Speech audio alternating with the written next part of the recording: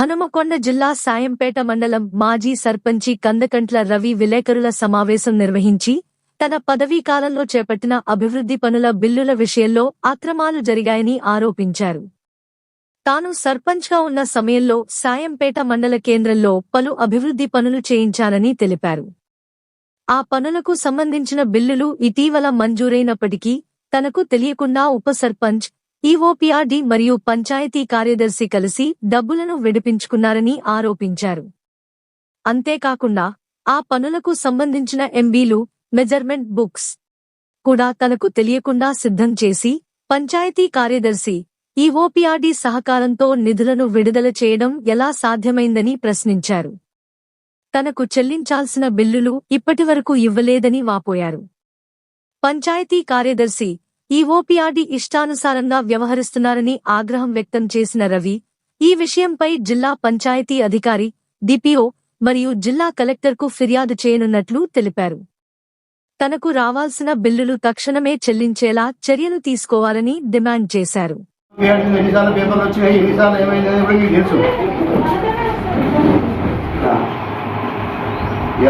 మాజీ సర్పంచ్ని గత 5 సంవత్సరాల సర్పంచులు ఏం చుట్టబడడం, ఏం కష్టపడడం అనేది తెలంగాణ ప్రజలందరూ తెలుసు. తెలంగాణ అన్ని జిల్లాల ప్రజలందరికీ తెలుసు.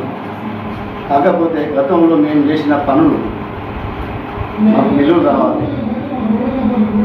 ఆ బిల్లులను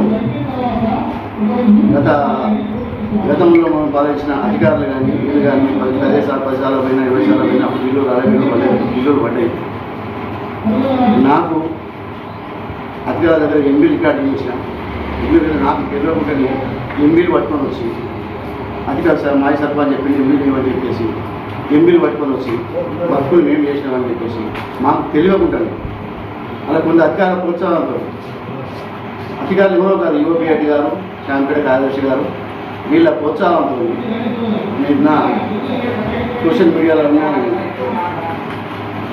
ఆంధ్రజ్యోతి పత్రిక నాకు చూసిన తర్వాత ఏం జరిగింది, ఏం కదా ఎవరు స్పందన లేదు. నేను గతంలో కూడా ఈ ఈఓపీఆర్డీకి ఒక లెటర్ కూడా చేయడం జరిగింది. శ్మశాన వాటికి డబ్బులు రావాలని, మళ్ళీ మేము ప్రైవేట్ పైసలు డబ్బులు రావాలి, మన మత్స్యకృష్ణ గుడి దగ్గర కూడా వచ్చిన 2 పైసలు రావాలి. మేము అప్పుడు ఎవరి ఊళ్ళో కూడా పైసలు గ్రామ పంచాయతీ అంటే ఏ లేని పరిస్థితుల్లో కూడా ఒక కంపెనీ పోయి నానా ఇబ్బందులు పడి లైఫ్ తీసుకొచ్చాం. 5 లక్షల రూపాయలు టీచింగ్ తీసుకొచ్చినాం, రిపేర్ చేయించినాం. వాటికి కూడా ఇంతవరకు డబ్బులు ఇవ్వలేదు. మొన్న నాకు వచ్చిన వీళ్ళంతా మన ఎవరు కలంతోడు కానీ, నిజీబాబు రోడ్ కానీ, టిండర్ రోడ్ కానీ ఇవాళ కొత్త పార్టీ వర్గం వచ్చిన తర్వాత కొంత నాయకులు ట్రైన్లో ఇప్పుడు దాన్ని వాళ్ళ దగ్గర నేరం చేసి వీళ్ళు కుమ్మక్కయ్యి వాళ్ళ దగ్గర పైసలు డిమాండ్ చేసి వాళ్ళతో కొన్ని పైసలు తప్పుకి పడి ఇలా మాకు సర్పంచ్ నేనే కదా, ఏ కార్యదర్శి రూపాయలు ఇవ్వక నేను చెప్తేనే కదా వాళ్ళ లైట్లు వచ్చి, నేను చెప్తే లైట్లు పెట్టి ఆ వాటిని ఇలా మా తెలియకుండా బిల్లు రికార్డు చేసి వాళ్ళకు బిల్లులు పెట్టడం జరిగింది. ఏ రూపంలో కొట్టాం, ఎట్లా కొట్టాం, నేను వేసిన బిల్లులు ఎంపీ రికార్డు నాకు తెలియకుండా సర్పంచ్ ఏదైనా వర్క్ నాకు తెలియకుండా కావాలని వీళ్ళు ఒక ఉన్న తీర్మానం లేకుండా ఏమి లేకుండా ఉన్న సర్పంచ్ తప్పుదో పట్టించుకుంటూ ఈ అధికారులు కావాలని ఈ రూపంగా పైసలు డ్రా చేయడం జరిగిందని నేను ఆంధ్రజ్యోతి పత్రిక ద్వారా చూసి నేను వెంటనే శాంపేటకి వచ్చి నేను ప్రెస్ మీట్ పెట్టాల్సింది. గతంలో కూడా ఈఓపీఆర్డీ గారిని నేను 5 సార్లు మద్దతు జరిగింది, మాట్లాడడం జరిగింది. అన్న ఈ పరిస్థితి అని చెప్తే ఆయన ఏమంటాడు అంటే ఎవరు ఎంపీలు ఉంటే వాళ్ళే పైసలు అంటారు. ఎవరు దొంగతనాన్ని తీసుకొచ్చి పడితే వాళ్ళకి పైసలు ఇస్తారా? అట్లా ఏమొచ్చు ఆ చట్టంలో ఉందా? నేను పోయి కార్యదర్శి అన్న ఈ పరిస్థితి ఎంపీలు పట్టుకొచ్చుకున్నారని చెప్పి ఈఓపీఆర్డీ మాట్లాడి చేస్తే ఎవరు ఎంపీలు తెస్తే వాళ్ళు డబ్బులు ఇస్తారంటున్నారు. ఒక సర్పంచ్ ఉంటాడు, సర్పంచ్ తీర్మానం ఉంటుంది, సర్పంచ్ వర్కులు ఉంటాయి. నా ఒక్క శాంపేటే కాదు, యావత్ తెలంగాణ ప్రజలందరూ జీవితంలో కూడా ఈ రూపంలో ఉంటాయి.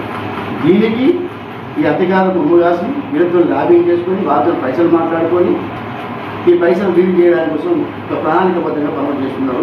తక్షణమే నేను డిపిఓ గారికి కంప్లైంట్ చేస్తున్నా, జిల్లా కలెక్టర్ గారికి కూడా కంప్లైంట్ చేస్తున్నా. మీ ప్రెస్ మీట్ ద్వారా, మీ మీడియా ద్వారా శాంపేట ప్రజలు కూడా తెలియాలి. గతంలో మేమేం చేసినాం, ఏం చేసినాం అనేది శాంపేట ప్రజలు తెలుసు. ఇప్పుడు ఏం చేస్తున్నారు వీళ్ళు అనేది కూడా వాళ్ళకి తెలుసు. కాబట్టి దీన్ని మీరు ఈఓపీఆర్డీ కార్యదర్శిని తక్షణమే లోతుగా విచారణ చేసి ఈ డబ్బులు ఏ రూపాయలు ఇడిపోయాలి. ఏ క్రిమినల్ పిలిపించండి. మాజీ సర్పంచ్ తెలుసా తెలియదా? మీరు ఎవరైనా చెప్పినా మాకు అందుబాటులో ఉన్నారా? నేను గతంలో 10 సార్లు కూడా ఫోన్ చేసినా కూడా ఎవరు ఉంటారో ఇస్తాను. ఏ రూపాయలు మీరు అడుగుతున్నా ప్రజలు కష్టపడ్డది మేము పని చేసింది ఎమ్మెల్యే వర్గ రాగానే మీరు బిల్లు రికార్డ్ చేసి ఇస్తానంటే అప్పుడు నేను ఉప సర్పంచాన్ని ఇప్పుడు ఉప సర్పంచాన్ని ఏం చేసినాం అన్నట్టు నేను నడిపించుకుందామనే ఆలోచన కరెక్ట్ పద్ధతి కాదు. మేము నానా రకాల ఇబ్బందులు పడి 5 సంవత్సరాలు గత ఎమ్మెల్యే డిప్యూటీ చైర్మన్తో నరక యాతన పడ్డ సర్పంచ్గా మీరు ఒకసారి మీరు బాగా ఆలోచన చేయాలి. మేము ఏ పనులు చేసినా మా మీద ఈ ప్రతి దాని మీద కంప్లైంట్ చేస్తూ డీపీఓలో ఫోన్ చేస్తూ అధికారులు ఫోన్ చేస్తూ నానా రకాల ఇబ్బందులు పడా కూడా కష్టపడి పనులు చేసిన పైసలకి ఇలా మా పైసలు మేము తీసుకోవడానికి ఇన్ని రకాల ఇబ్బందులు పెట్టుకుంటూ ఈ అధికారులు ఈ నాయకులు ఇన్ని రకాల ఇబ్బంది పెట్టుకుంటూ మమ్మల్ని ఇబ్బంది గురి చేస్తున్నారు అనేది మీ ప్రెస్ ముఖంగా మీడియా ముఖంగా శాంపిల్ ప్రజలు మండల తక్షణమే యువపీఆర్ మీద నా ఒక్క సర్పంచే కాదు మాజీ సర్పంచ్ అందరికీ తెలుసు. మా యువపీఆర్ గతంలో ఏం చేసింది ఏం కథ అనేది మా దగ్గరనే పైసలు తీసుకున్నాను. మా ధనుడు ఆయన బ్లాక్మెయిల్ చేసుకున్నాం ఇబ్బందులు పెట్టి. ఇక మాకు ఆదర్శకత అంతూ పొందు లేదు. నేను చెప్పవలసిన అవసరం లేదు.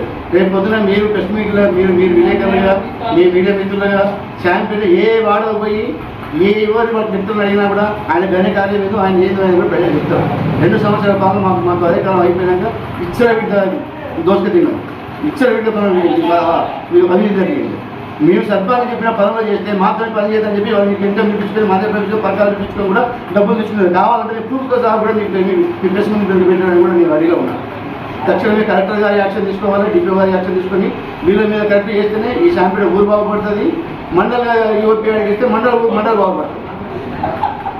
దయామయ్య కలెక్టర్ గారికి డిపిఓ గారికి అందరి అధికారులకు చట్టపరంగా లోతుగా ఆలోచన చేసి ఎంక్వైరీ చేసి సర్పంచ్గా నాకు ఇంకా కడవన్న సర్పంచ్ అందరికీ కూడా న్యాయం చేయించాలని మీ పేపర్ ముఖంగా మీ మీడియా ముఖంగా చేతులు వచ్చి జోడించి దండం పెట్టి మీరు